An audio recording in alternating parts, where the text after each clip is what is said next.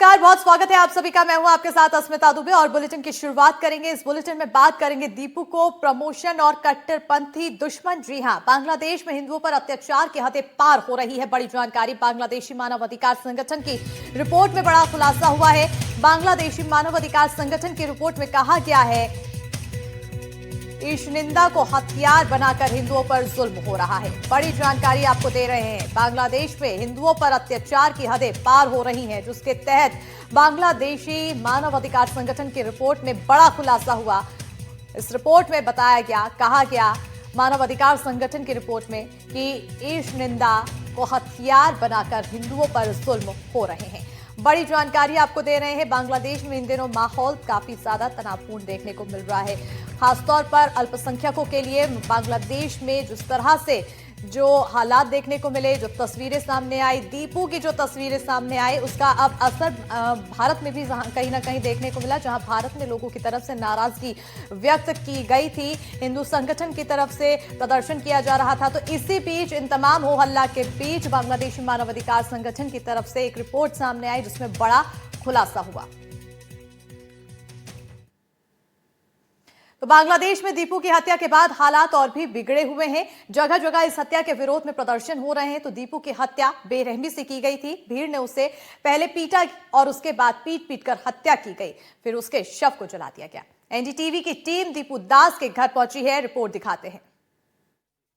हम पहुंच गए हैं दीपू दास के घर पे। दीपू दास जो अब एक बिल्कुल हिंदू कम्युनिटी का एक सिंबल बन गए हैं कि किस तरीके से उनके ऊपर अत्याचार हुआ है। दीपू दास को उनकी फैक्ट्री जो है यहाँ से करीब एक डेढ़ घंटा दूर है, जो शहर है वहाँ पर है, मेमनसिंह शहर में। और ये आप जो मेरे पीछे घर देख रहे हैं, ये टीन का जो एक घर है, ये जो घर है ये दीपू दास का है। यहाँ पर वो अपने परिवार के साथ, अपने माता पिता, बहन भाई और अपनी पत्नी और उनकी एक 1.5 साल की बच्ची है उसके साथ रहते थे। और शायद वो बच्ची जो है उसको पता भी नहीं है कि उसका जो उसके पिता के साथ क्या हुआ है और कैसे इस परिवार का जो पूरा उनकी हत्या के बाद पूरा उनकी ज़िंदगी में जिस तरीके की उथल पुथल मची है। तो मैं कोशिश करूँगा उनसे बात करने की और समझने की कि अभी यहाँ पर परिवार के साथ क्या बीत रही है। घटना क्या हुआ, आप लोगों को कैसे पता चला घटना के बारे में? ঘটনা আমি জানি না। ছেলেটাকে ঢাকা থাকতো অফিসে, তো এইখানে মেসে থাকতো, মেসে খাইতো। 2-2.5 বছর ধরে ওইখানে একই কোম্পানি চাকরি করতো। কি নিয়ে কি হয়েছে তা জানি না, কি কোনো সূত্রতাময় আছে না কি আছে তাও বলতে পারবো না। তখন বৃহস্পতিবার দিন রাত্রে কইতাছে দীপুর এই হাল, दीपुर समस्या। मुस्लिम के लिए विभिन्न आलोचना करा, वो झूठा है। आलोचना की कोई बात ही नहीं थी, नहीं, सिर्फ नौकरी का था उसका। नौकरी करता है, वो प्रमोशन उठा। उस लोग के बेटा के योग्यता था इंटर पास था, बीए पास था। उसका नौकरी दिया, उसका के रैंक ऊपर उठाने के लिए बोला जो वो योग्यता है, उसके लॉटरी लगा। वो लोग घूस दे के उसका के मैनेजर के बोला। बहुत लोग थे, बहुत लोग है। तो वहाँ पर जो पुलिस था उन्होंने रोकने का कोई कोशिश नहीं की। नहीं, कोनो सहायता नहीं मिलेगा। ओकरा खातिर बेटा खातिर कोनो सहायता नहीं मिलेगा बांग्लादेश में। हम सारा विश्व के कहता नहीं। पुलिस वहाँ से भाग गया, पब्लिक देख के पुलिस भाग गई। ये बेटी है? हाँ, बेटी ही है। हमारा नातनी, आपकी नातिन है? नातिन ही है। करेजा बहुत फट जाता। पूरा भारत, पूरा पृथ्वी के हम जनाता है जे हमारा ऐसा दुख कोनो मातारी के ना होके सकेला, कोनो बाबूजी जाते लड़का ना हरा होके सन, ऐसा जाते विचार चाहिए। हम पूरा विश्व की है, इतना बोले का होता नहीं। कोनो जाते ससुर दामाद ना हरा सके ये वयस में, ये बोली हम है। आपको आपके भाई के बारे में पता चला, आप बताएंगे इनको मैं क्या पूछ रहा हूँ। तो क्या किया आपने, क्या उसके बाद क्या किया आपने? किसने बताया आपको, फोन करके किसने बताया? মানে কেডা ফোন করে প্রথমে বলছিল এই ঘটনা? বলছিল আমার ভাইয়ের বন্ধু, বলছিল হিমেল তারপরে আমরা শুনছি যে আমার ভাই এই ঘটনার পরিস্থিতি হয়েছে। जहाँ वही घटना हुआ जहाँ घटना हुआ यहाँ का एक आदमी इसको फोन से बोला है जे तेरा भाई का ये प्रॉब्लम हुआ, वो मार दिया, जला दिया, जल्दी यहाँ पर आ जाना। वो एक आदमी इसका पहचाना, एक आदमी उन्होंने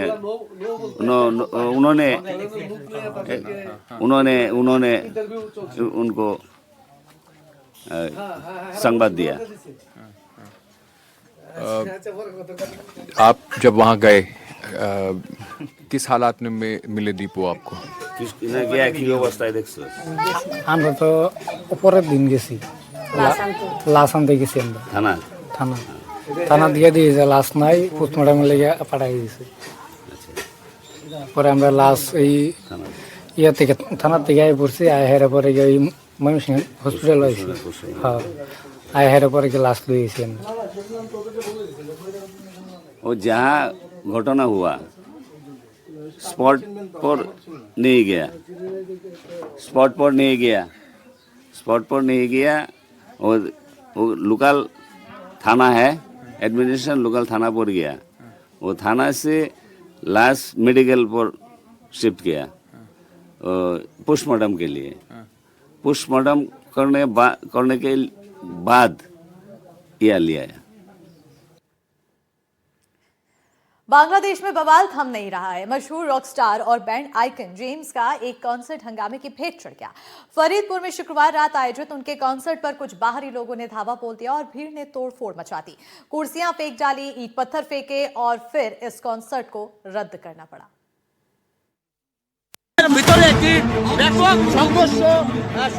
बांग्लादेश में थमा नहीं बवाल, कॉन्सर्ट बना जंग का मैदान। जेम्स के कॉन्सर्ट पर भीड़ का हमला, चले ईंट पत्थर, फेंकी गई कुर्सियां। हमले में कई लोग हुए घायल।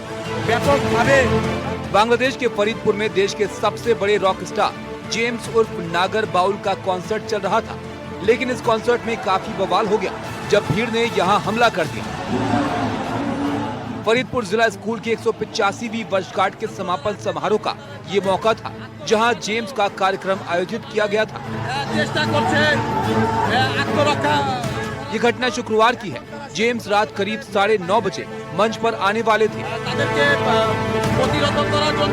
लेकिन कार्यक्रम शुरू होने से ठीक पहले बाहरी लोगों का एक समूह जबरन कार्यक्रम स्थल में घुसने की कोशिश करने लगा। सुरक्षा कर्मियों और आयोजकों द्वारा रोके जाने पर भीड़ उग्र हो गई और स्टेज की तरफ पत्थर और ईंटें फेंकना शुरू कर दिया। इस हमले में कई लोग घायल हो गए, जिनमें ज्यादातर फरीदपुर जिला स्कूल के छात्र बताए जा रहे हैं। हमलावरों ने मंच पर कब्जा करने की कोशिश भी की और सांस्कृतिक कार्यक्रमों और संगीत आयोजकों के खिलाफ नारेबाजी की। এই দর্শনার্থীদের বাইরে যারা দর্শনার্থীরা এই প্রথম যারা এটা শুরু করেছে এই ঝামেলাটা, हालात इतने बिगड़ गए कि जेम्स को तुरंत वहां से सुरक्षित बाहर निकालना पड़ा। তাদেরকে छात्रों ने भीड़ का विरोध किया, जिसके बाद हमलावर पीछे हटे। এখন অর্ডার দিয়ে हालांकि कानून व्यवस्था को देखते हुए रात करीब 10 बजे आयोजन समिति के आयोजकों ने मंच से ऐलान किया कि जिला प्रशासन के निर्देश पर जेम्स का कॉन्सर्ट रद्द किया जा रहा है। একটি ঘোষণা আমরা মাত্র পেলাম। जेम्स कौन है ये भी आपको बता देते हैं। जेम्स के नाम से मशहूर फारूक महफूज अनम बांग्लादेश के सबसे बड़े रॉक स्टार्स में से एक है। बॉलीवुड फिल्मों के लिए भी गाने गा चुके हैं। उनका भीगी भीगी सी है रातें गाना काफी लोकप्रिय हुआ। कॉन्सर्ट के लिए सभी तैयारियां पूरी थी, लेकिन अचानक हुए इस हमले ने हालात बिगाड़ दिए। जेम्स के कॉन्सर्ट पर हमला क्यों किया गया और इसके पीछे कौन लोग थे? এই দর্শনার্থীদের বাইরে ये अभी तक पता नहीं चल पाया है, लेकिन इस हमले में कई छात्र घायल हुए हैं, जो बेहद चिंताजनक है। ভাবে চেষ্টা করে ब्यूरो रिपोर्ट, एनडीटीवी इंडिया। তাদেরকে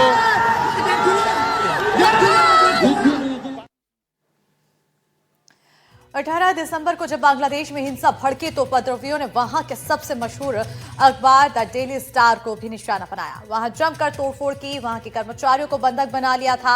हमारे सहयोगी अंकित त्यागी वहां पर भी गए और वहां का मौजूदा हाल जाना। मेरे पीछे जो इस वक्त आप बिल्डिंग देख रहे हैं, ये बांग्लादेश के सबसे बड़े अंग्रेजी अखबार डेली स्टार का ऑफिस है। बांग्लादेश में जो अभी हालात सूरत हाल हैं, उसमें अगर सेक्युलर और लिबरल जो स्वतंत्र विचार वाले अगर मीडिया आउटलेट्स की बात करें तो उसमें डेली स्टार और प्रथम आलो का नाम आता है। 18 तारीख की रात को जब उस्मान हादी की हत्या हुई और उनकी जो मौत की खबर बाहर आई तो उनके जो सपोर्टर्स थे, करीब 150 लोग यहाँ पर पहुँचे और उन्होंने डेली स्टार को निशाना बनाया। डेली स्टार की ये 7 मंजिली बिल्डिंग है, जिसमें से 6 मंजिल को आग के हवाले कर दिया गया और ज़बरदस्त तोड़फोड़ की गई। ये सिर्फ इस बिल्डिंग पर गुस्सा नहीं था, जो भीड़ आई उस उन्मादी भीड़ ने यहाँ पर लोगों को मारने की कोशिश की और जो 28 के करीब स्टाफ था जो न्यूज़ रूम के अंदर था, उस स्टाफ के ऊपर हमला भी किया गया और वो लोग ऊपर की मंजिलों में 7वीं मंजिल के ऊपर जो छत है वहाँ से उनको बाद में रेस्क्यू किया गया। इस पूरी घटना के बाद सूरत हाल इतने ज़्यादा तनावपूर्ण है कि यहाँ के जो जर्नलिस्ट हैं उन्होंने कम से कम कैमरे पे आने से मना किया, लेकिन जो उन्होंने बातें बताई वो बेहद चौंकाने वाली हैं। उन्होंने कहा कि जो भीड़ आई थी वो 3 नारे लगा रही थी। एक कि डेली स्टार हमको रज़ाकार बताता है, रज़ाकार जो कि पाकिस्तान 1971 से पहले पाकिस्तान के प्रो पाकिस्तानी होते थे, लोग उनको रज़ाकार कहते थे जो उनके लिए काम करते थे। और दूसरा उन्होंने ये भी कहा कि ये जो अखबार है ये हमको मिलिटेंट जिहादी बोलता है और साथ ही साथ इस अखबार पे भारत की तरफ झुकाव रहने का इल्ज़ाम भी लगाया गया और उसके बाद इसे आग के हवाले कर दिया गया। चौंकाने वाली बात यह है कि उस दिन यहाँ पर बड़ी मात्रा में पुलिस वाले थे, लेकिन उन्होंने सुरक्षा बलों ने उन्हें रोकने की कोई कोशिश नहीं करी। मैं आपको दिखाना चाहता हूँ, ये डेली स्टार अखबार है, अंग्रेज़ी का सबसे बड़ा अखबार है बांग्लादेश का और इसी अखबार के ऊपर, इसके दफ्तर के ऊपर ये हमला हुआ और इससे थोड़ी दूर प्रथम आलो जो सबसे बड़ा बांग्ला अखबार है वहाँ पर हमला हुआ।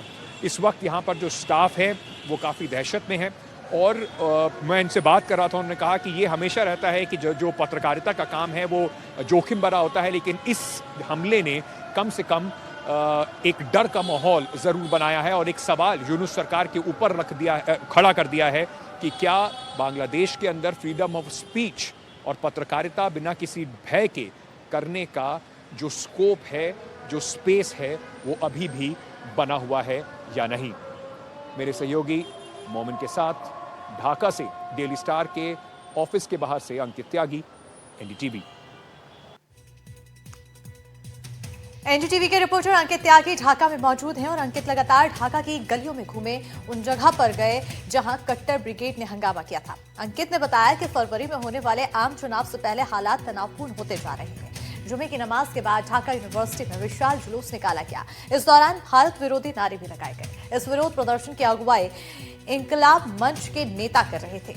इसी मंच से उस्मान हादी जुड़े हुए थे और इन सब के बीच हिंदुओं की हालात कैसी है, बांग्लादेश में हिंदू किन हालात में जी रहे हैं, क्यों हर रोज डर के साए में उठते हैं, एनडीटीवी रिपोर्टर अंकित त्यागी बांग्लादेश के हिंदू टोलों में गए। बांग्लादेश के हिंदुओं ने कैमरे पर जो कुछ बताया वो कलेजा चीरने वाला था। पहली बार ढाका में हिंसा की कहानी हिंदुओं की जुबानी, ये रिपोर्ट देखिए।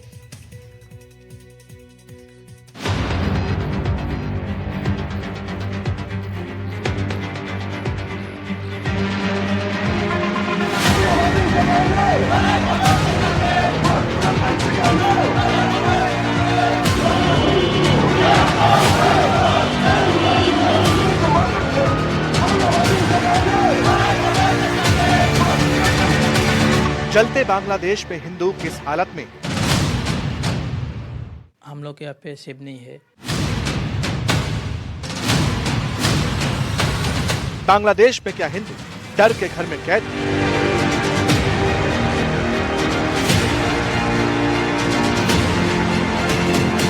किसी के दिन हमारे ऊपर अटैक हो रहा है। आज गुप्त जगह से हिंदू बोलेंगे, बांग्लादेश में मुनीर की साजिश और डर का भेद खोलेंगे।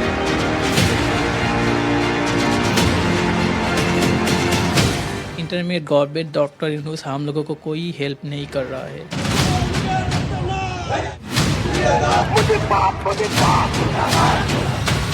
आज बांग्लादेश में डरे हुए हिंदुओं का खौफनाक सच सहमा देगा। यहाँ पे बहुत सारे हिंदू घर पे और मंदिर पे अटैक हुआ। दुनिया को झकझोरने वाला वर्ल्ड एक्सक्लूसिव खुलासा।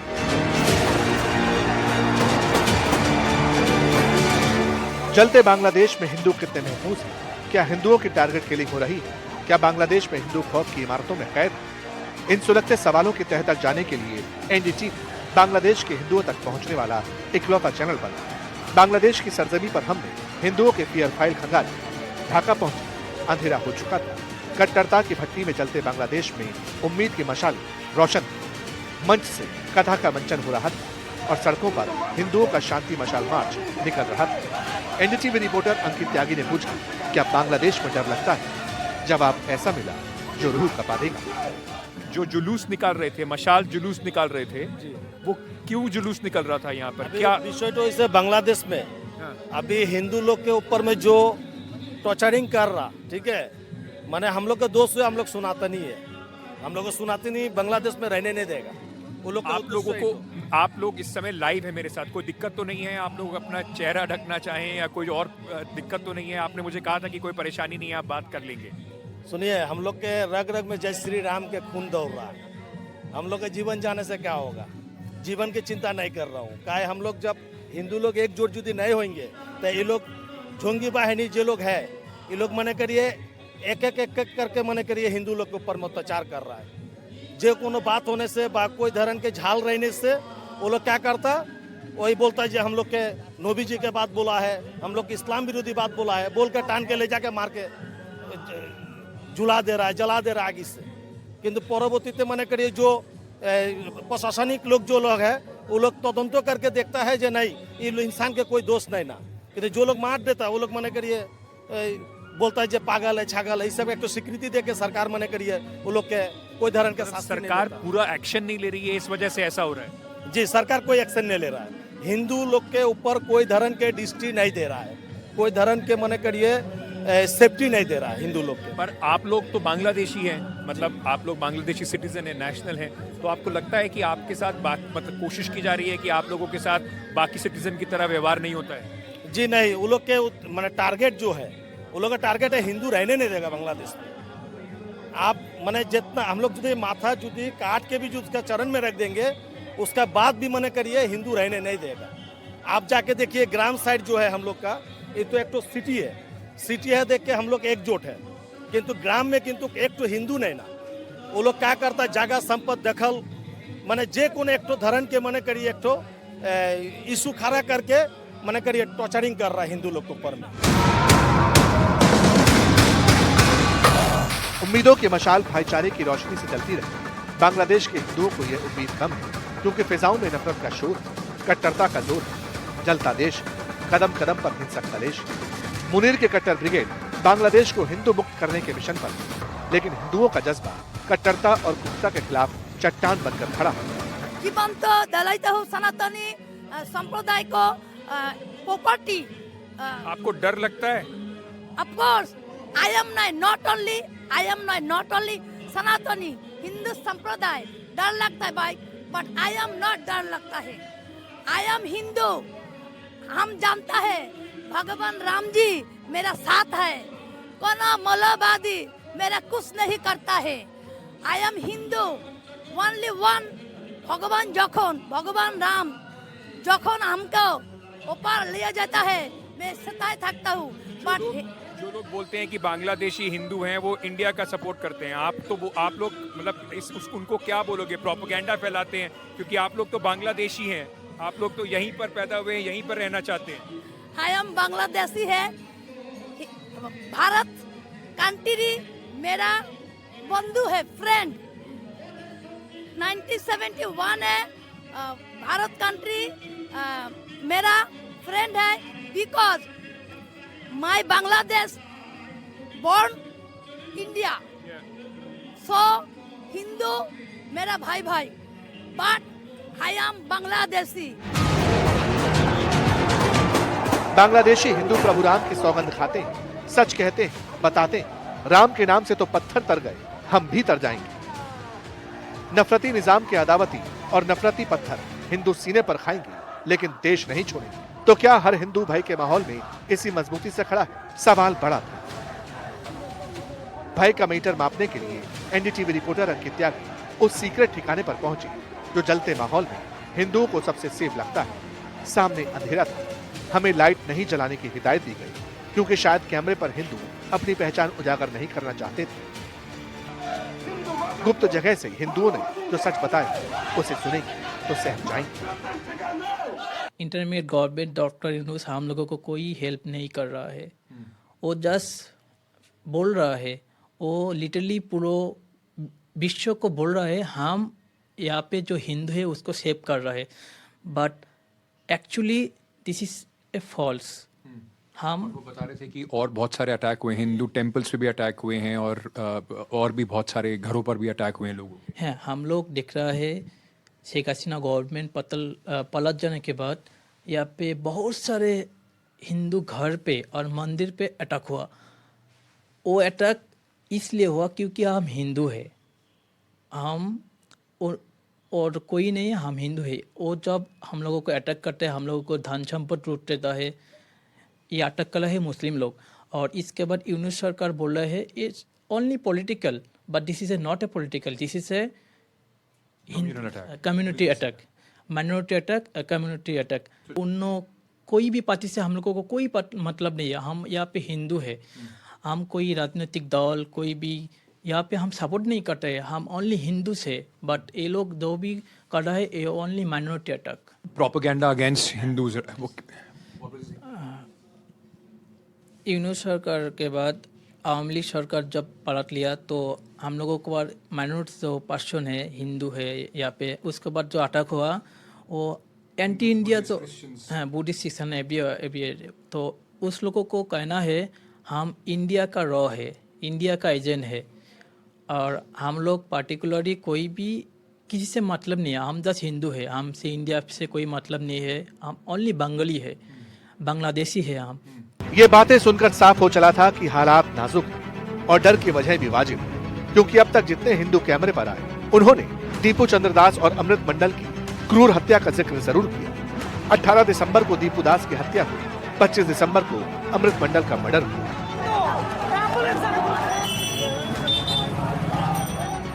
एक और बात, चंद घंटे पहले जब तारिक रहमान ढाका पहुंचे, उनका पीएम की तरह इस्तकबाल हुआ। ठीक उसी वक्त ढाका की मधुर कैंटीन में कट्टर जमातों के मोहरे का तांडव दिखा था। एनडीटीवी की टीम ढाका यूनिवर्सिटी की इसी मधुर कैंटीन पहुंची जहां ये तोड़फोड़ की गई थी।